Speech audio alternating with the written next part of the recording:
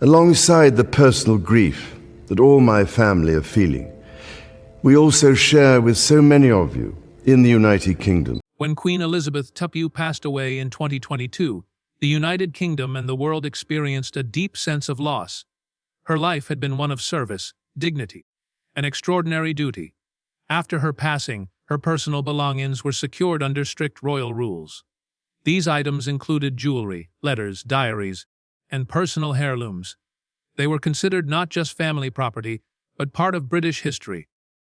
According to tradition, these possessions are normally locked away for many years, often up to a century, before they can be made public or passed on. The purpose is to protect the late monarch's legacy and prevent disputes among family members. However, in early May 2025, whispers began to circulate inside Buckingham Palace that some of these treasures had gone missing. The discovery sent shockwaves through the monarchy. Among the missing items were the sapphire Jubilee brooch, famously worn by the Queen during her 65th year on the throne, and a pearl necklace she wore at Princess Diana's funeral. Even more alarming, a pair of private journals written during the COVID-19 pandemic had vanished as well. These were not ordinary objects, but symbols of a life and reign that had touched millions. The news of their disappearance raised a terrifying question. Had someone inside the royal household deliberately stolen from the Queen's vault? At first, palace officials treated the situation carefully. They wondered whether the missing items were simply misplaced or misrecorded in the royal treasury. But as the investigation deepened, suspicion began to take shape. A royal guard was discovered to have entered the treasury at unusual hours after receiving instructions from a mysterious phone call. The call was traced not to an outside number, but to within the walls of Buckingham Palace itself. This raised the possibility of an inside job. Soon afterward, investigators found the sapphire Jubilee brooch hidden in the private quarters of Queen Camilla's granddaughter, Eliza. This discovery was too striking to ignore. All signs began pointing toward Camilla's side of the family. When questioned, Camilla first denied wrongdoing, claiming she had been given verbal permission by Queen Elizabeth herself. According to her, the late Queen had promised certain jewels would one day be hers, so she saw no harm in keeping them. But in royal tradition, no such promise could overrule official laws and protections. The monarchy treats its possessions as symbols of service, not personal gifts. King Charles understood the seriousness of the matter. For him, this was not only about missing jewelry. It was about betrayal, loyalty, and the responsibility of guarding his mother's memory. What started as a mystery was now turning into a scandal that risked shaking the monarchy at its very foundation. King Charles quickly realized the normal channels of palace management would not be enough to uncover the truth. He decided to launch a private investigation led by Sir Clement Mallister, a trusted royal security officer with years of experience in intelligence.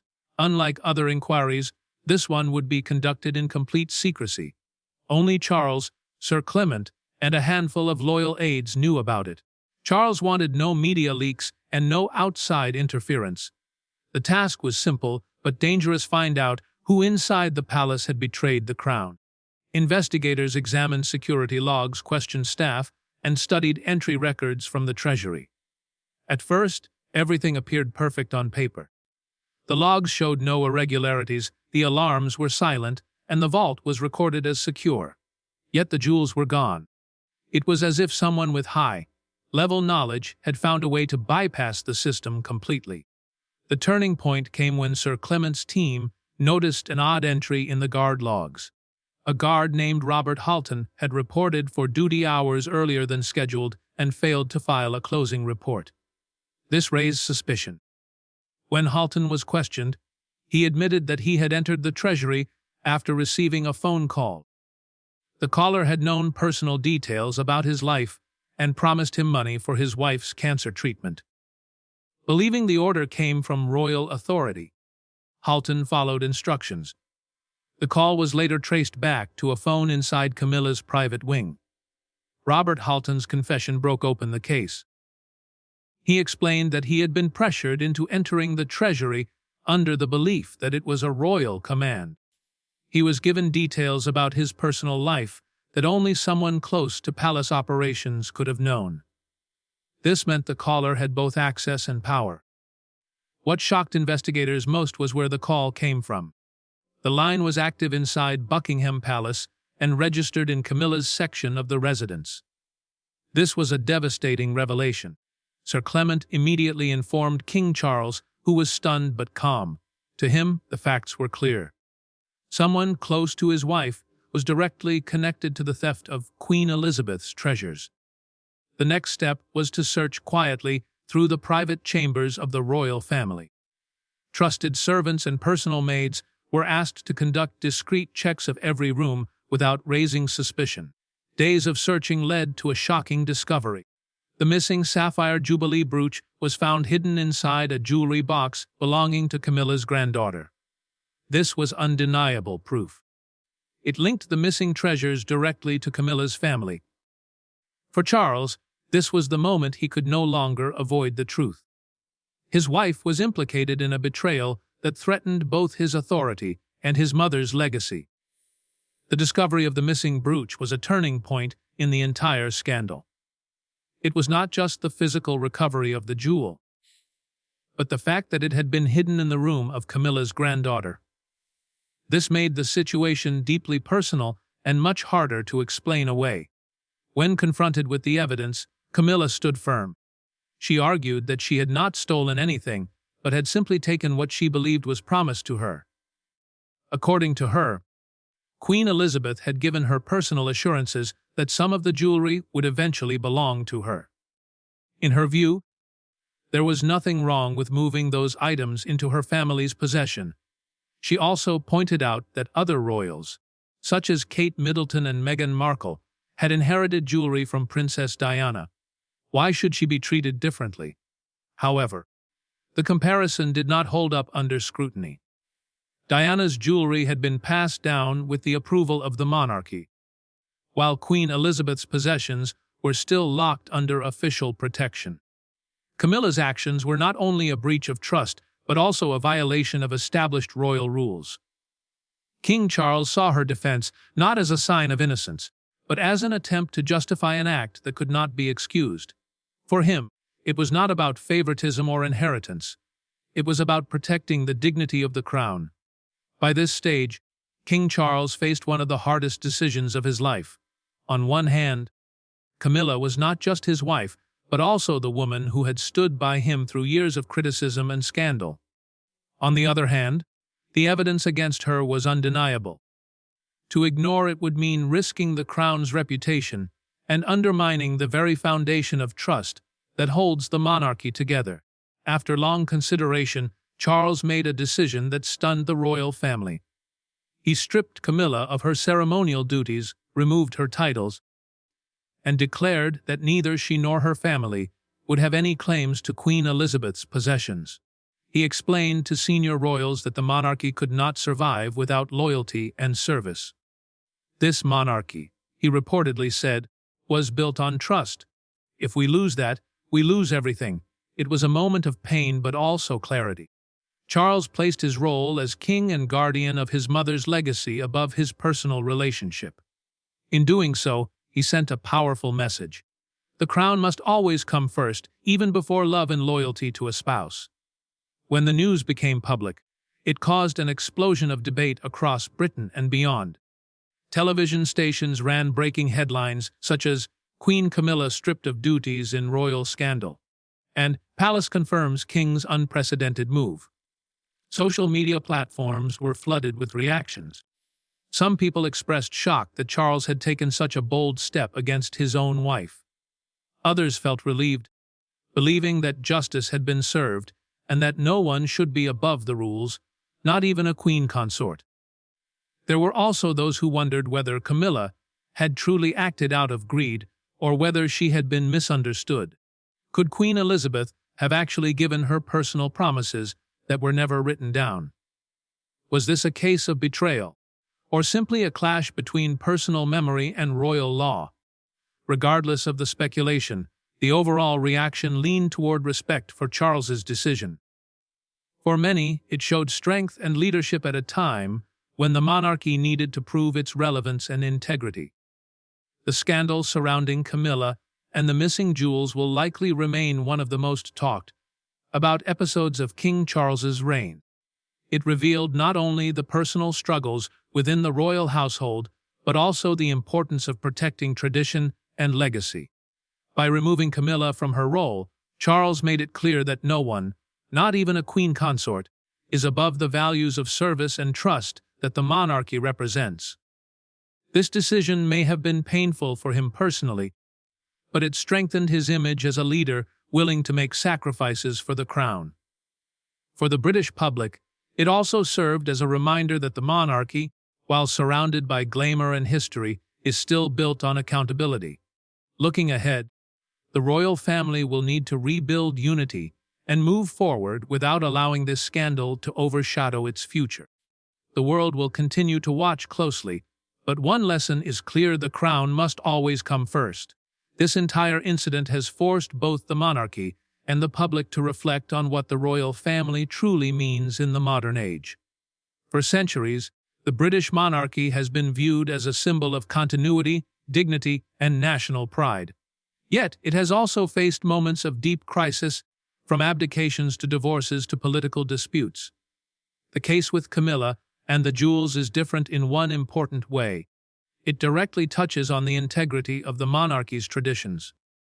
Royal heirlooms are not ordinary possessions. They are historical treasures that belong to the crown, not to individuals.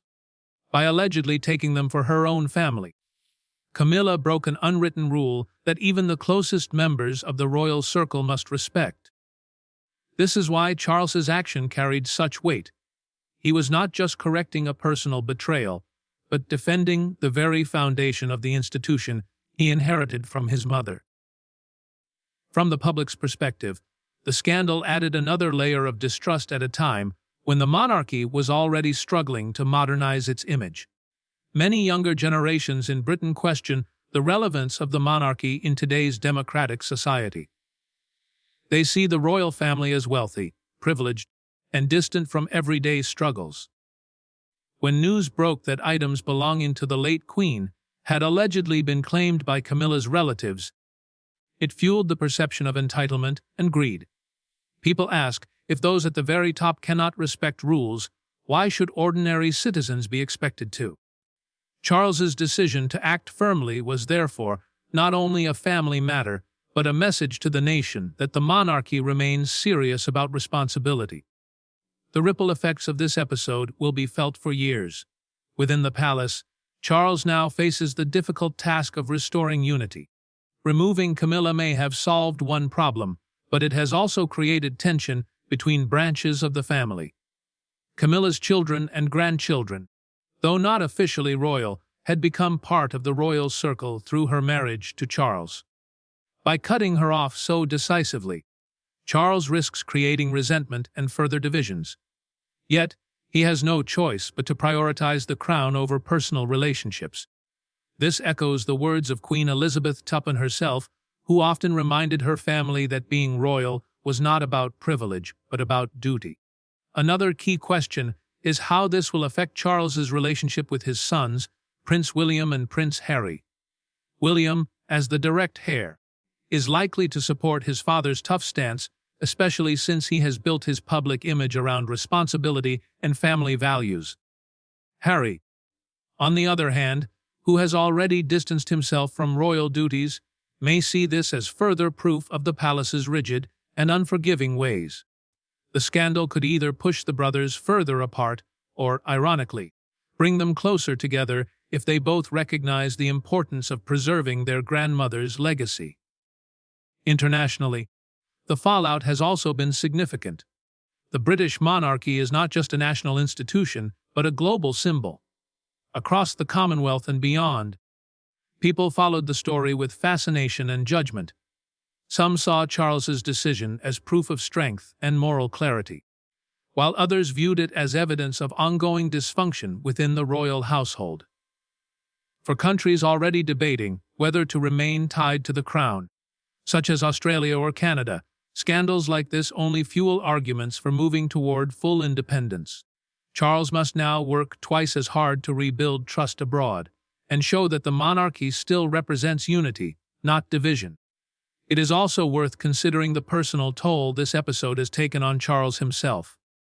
For decades, he waited to become king, often criticized and overshadowed by his mother's long reign. Now, faced with one of the most dramatic scandals in recent royal history, he has had to prove his strength in ways few expected. Expelling Camilla was not just a political or ceremonial act, it was a personal sacrifice. After all, Camilla was not only his wife, but also the partner he had loved for many years, even before their marriage.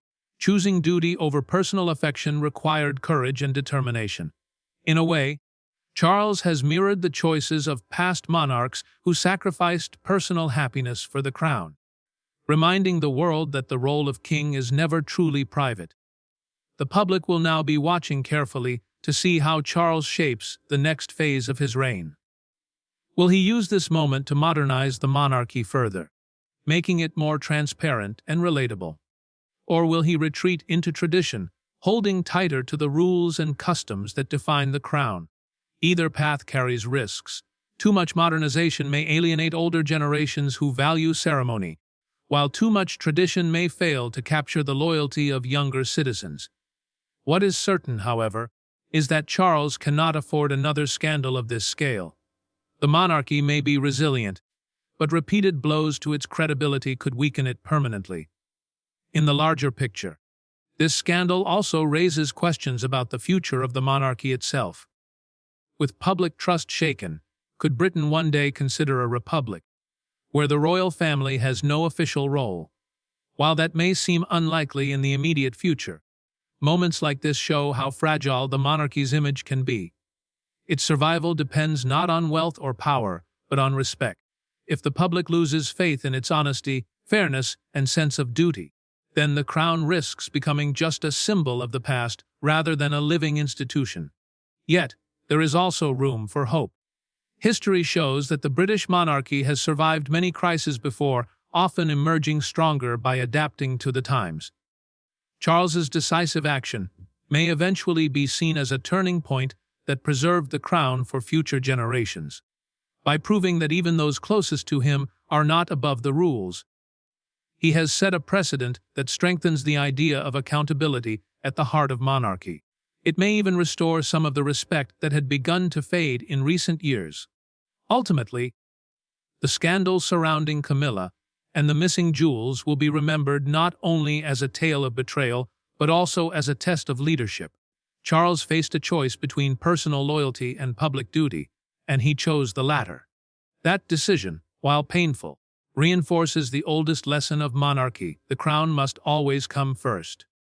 For the people of Britain, this story serves as a reminder that even in the world of palaces and pageantry, the values of honesty, service, and sacrifice are what truly matter. And for the monarchy itself, it stands as a warning that its greatest threat does not always come from outside forces, but sometimes from within